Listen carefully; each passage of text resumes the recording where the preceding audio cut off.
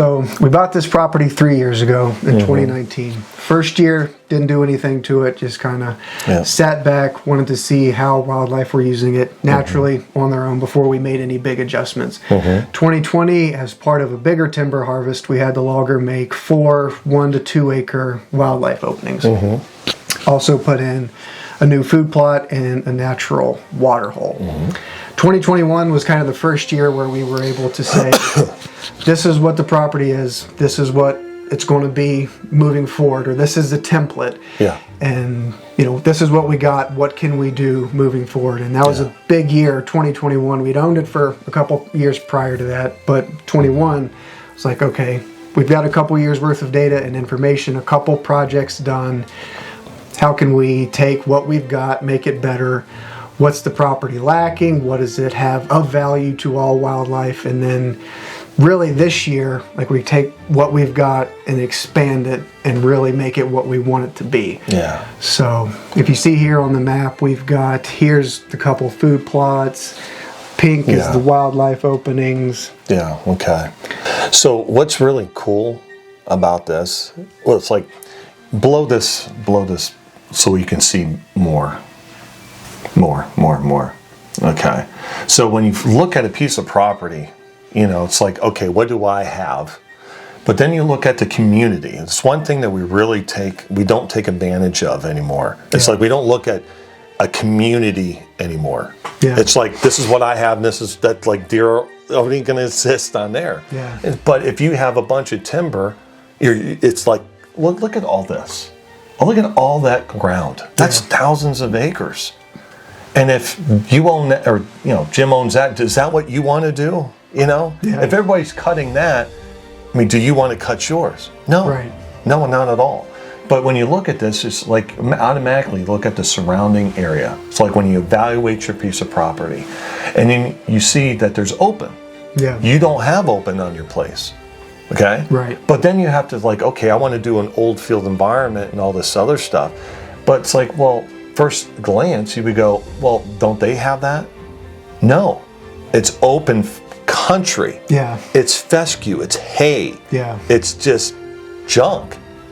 That's not what we're going to do. We're going to perfect that. And anything open in this whole area is really just fescue type stuff. So we are going to, in our little piece of the puzzle, you know, you zoom in, okay, then we don't look so small. When we do these areas in the pink is where we're going to be doing the old field. Okay, that we'll talk about later. But yeah, so we're going to add, even though we have this, we have that, we have this, that, it's junk. It's wasted. We're going to have the good stuff. Okay. And this is just the start. Once we see the wildlife utilize this, we can create more. We have a lot of room that we can do a lot of stuff with. Okay. Yeah, that's what's cool to see. In the first couple years, all the habitat that we created is basically here. But you can tell, like, this whole big chunk is about 65 acres, but all the habitat is just focused right there. A lot of it, like I said, we're limited in what we can do because of access and topography and equipment. But at the same time, like, taking the information, taking what we've learned the first couple years owning the property, we were able to focus it all right there. Now it's time to expand the habitat. Like you said, there's so much ground right here around that we haven't managed that actually badly needs managed. It needs cutting, it needs fire, it needs sunlight to the forest floor. So that's what's exciting. It's always going to be evolving. We're always going to make it better. It's never finished. But what's exciting now is that we're expanding to the rest of the property and really managing all of the acres that we have. We have all looked at our properties on Onyx, Hunt Stand, MapRight, all that stuff. We've analyzed our properties to death looking at it. But we've always looked at it this way, not expanded. What is lacking in the surrounding area? What can I do? What can I do for wildlife? And what can I, you know, what is like, but at the same time, you do think of those things, access, topography. Hey, this is all great, but can I benefit from it? It's nice that the wildlife, but can I benefit from it? But looking at it large scale, what can we do? Again, evaluating before we go out there and come out with a plan. And then, you know, and then obviously do the plan, you know, and then seeing what's going on before you go crazy. Yeah. Then it's like, well, shoot, we shouldn't have done that. We shouldn't have done that. But no, large scale, looking at things in a bigger way. And that's like, this is, again, this perfect time of year to do all this. Yeah. You know? It's amazing, all this ground that surrounds you. And you look what you have, utilizing what you've just, that little bit that you've done. Yeah. Just think when you start, it's never, doing nothing is doing nothing. Yeah. Doing something, it's something. You know? Yeah. Just because it's only an acre, that's an acre that wasn't there. They're already, look what positive thing has occurred with what you've done so far. And every little thing, each year we do more and we do more. And before you know it, it's all going to be, and we're going to be just, Yeah, it's cool to see. I mean, you guys are at that next stage. Yeah. You know, that's where, like when you do consulting, you do stage 1 and then stage 2. You guys are, you have the stage 1, you have the openings, you have the food plots, you know, the tree plantings, water holes, etc. So now we're like, okay, we need to, let's jump into the next thing. And that is, which is dominant on this property, is woodland. Yeah. Yeah. But it's, the woodland is all the same. Yeah. I mean, you have some mature oak, you know, oak hickory, mostly dominated by white oak, really, right? You say? But then you have stuff like this where it's all poplar. It's that first generation of trees that's coming off this, you know, that's what we call first generation. And you could tell it was cut because of the multiple, like right here in front of us. So we got to add diversity. The more diverse a piece of property is, the better it's going to be. Yeah. So we have a clear cut that we're going to, which is really cool, is turn into an old field environment. Right. Right. That's the goal. Nothing but a big old grocery store. Yeah. We have a couple of those. But what's really neat, what you were talking about, again, evaluating. It's a perfect time of year to do all this evaluation. But it's so cool. We can do this mosaic type thing. Right. There's woodland type of forest, which is like in crisis mode, where it's really lacking throughout the whole country. So that's what we're going to do, right? It's just open this up. You're going to what? Do a little double girdle. We're going to do hack and squirt. Right. Yeah. And then what the goal again is to have that woodland tree spaced here, tree spaced there, and then have all those forbs and grasses, those beneficial weeds and grasses come up, right? Pretty much. No, it's exactly it. Because we have a food plot down there. We have the clear cut right there, which we'll use fire to manage for Old Field. Yeah. And that's really been the first 2 projects that we've done here. Yeah. So now what we need to do really is diversify and expand the habitat around that. And then, like you said, this makes up pretty much like 80% of the rest of the property. And there's not a lot of wildlife value in those types of areas. The trees are poplar, not a lot of wildlife value in there. So we'll girdle and spray the majority of the trees in this stand, maybe run a fire through that too, just to jumpstart that early successional growth. Maybe cut a few of the trees that are easier and safer to cut, just for some structure and to diversify the stand a little bit. And it's gonna be so cool. What a transition. Exactly, that's part of it too. Like there's food, early successional old field. This will be a different type of habitat. And then once we get to the top of the mountain, that's where deer naturally bid. Anyway, we'll do a different type of bidding cut up there. And then you have kind of a patchwork of different habitats as it flows from food, cover, food and cover, food and cover, and then we can hunt around that if that's our thing. And we can accomplish what habitat is. Food, water, cover, space. The 4 things that make it up. Just all within an eye shot of everything. And that's what's exciting about doing it this way is there's, again, food plot, old field, and then this will be a type of habitat. This, once we get to the closer to the top of the mountain, doing like a bedding area cut or cutting more versus spraying more, that's a different type of habitat. So it's a transition of diverse habitat sectors or areas, all of which providing something different for wildlife, but all being beneficial to wildlife. And that's one thing you see a lot of is like You know to grab a chainsaw, you know to grab the herbicide, and you go out there because that's what you're told to do, whack and cut and stuff. But having a plan, evaluating before you're going out there, making sure everything makes sense. Right. And one thing that we've both I noticed we've been saying is wildlife. Yeah. Every strategy that we're going to be using is going to benefit wildlife, not just one specific animal. Right. And white-tailed deer obviously is going to be a winner from just changing a little bit of a mentality. Yeah. That's what's cool. Diversify. So this area behind us, it's one of 4 wildlife openings we had done as part of a timber harvest a year and a half ago. Okay. Each one is about an acre and a half in size. And prior to the harvest, it was just a monoculture of kind of pole-sized timber, poplar timber. But the goal with this moving forward is to really it is a clear cut now. It's not really to manage it as a clear cut or oak regeneration moving forward, kind of an old field type of environment. So we had it cut in summer of 2020. Couldn't do any management with it then because it was just moonscape. 2021 just spot sprayed invasives and kind of waited to see what would come up, the type of response we would get. And then you planted mullein. And then I planted mullein, and if you didn't know any better, you would think I had planted ailanthus too. But tried to manage the invasives as best we can. But now, there's enough of a fuel load that we can run a fire through it. So that's the next step in this management process of this type of area is to run a fire through it, which will hopefully kickstart things and get some more cover and food. No, I love the whole concept of what you've been doing here. I mean, you got the management toolbox. Yeah. You got cutting, creating old, timber stand improvement. You got cutting that involves in that. The old field, planting switchgrass, water holes. You got all this tools in the management toolbox. Right. And what's nice is you have the luxury of making it big. Yeah. Yeah.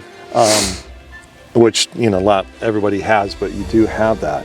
And diversifying, we're going to use that word a lot. Yeah. We don't say that enough, is diversify your property. Yeah. And having an old field mixed in with some woodland, management. I mean, this is nothing but a grocery store. Right. And your soil is always, it's really truly not the best. It's rocky, so you're not dependent on weather. Yeah. For your groceries.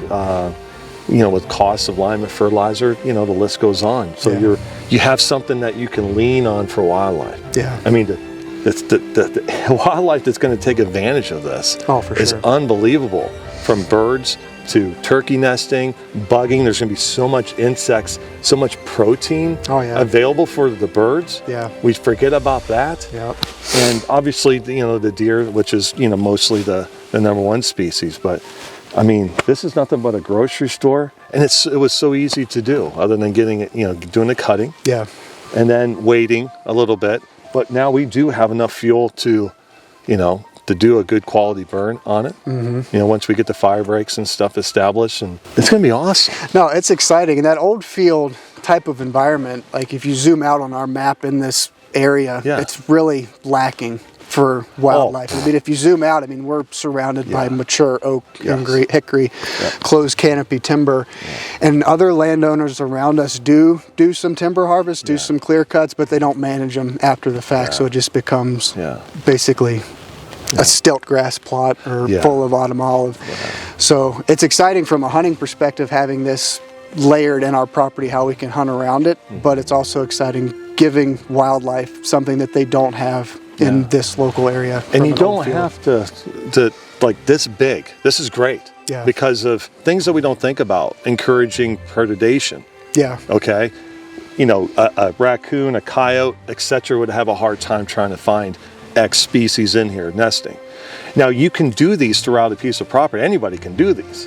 But if you're going to do it in a kind of mosaic pattern where everything kind of flows to where you're encouraging wildlife to nest in a certain area where the predation is going to hit it. So if you're going to do one, do multiple and make it flow. Right. And these things are very easy to do, especially if you condense them. Yeah. So this is fantastic, Cody. No, it's exciting because this is really, last year was its first full growing season, and you can see the response out there. Some broom sedge. You get out during the summer and you can see more beneficial forbs, ragweed, pokeweed, partridge pea, all that kind of good stuff. Now, seeing how wildlife have responded to it in just really a year, and the only management that was done was the harvest. And then we're actually going to do some follow it up with fire, and then more herbicide applications, managing invasive, and it'll only get better from here. It's amazing how one decision can create so much life. Yeah.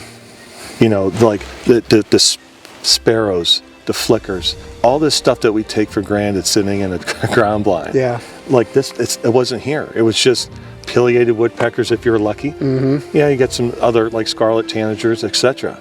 But just by creating this, look at the life that you have created. Yeah. It's so awesome. Every choice we make is a chance to make habitat better for all wildlife. I was up here last September, planting fall food plots for deer season, and there was like a train of monarchs.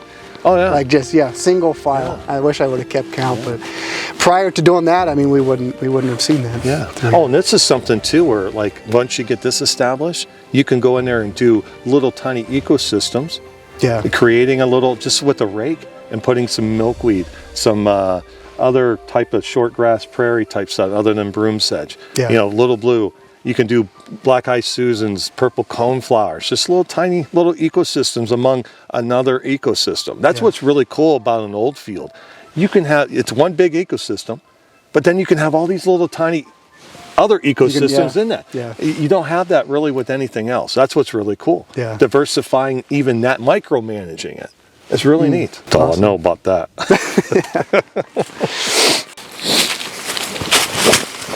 Yeah. Come on, girl. You need to put her in four-wheel drive? I do.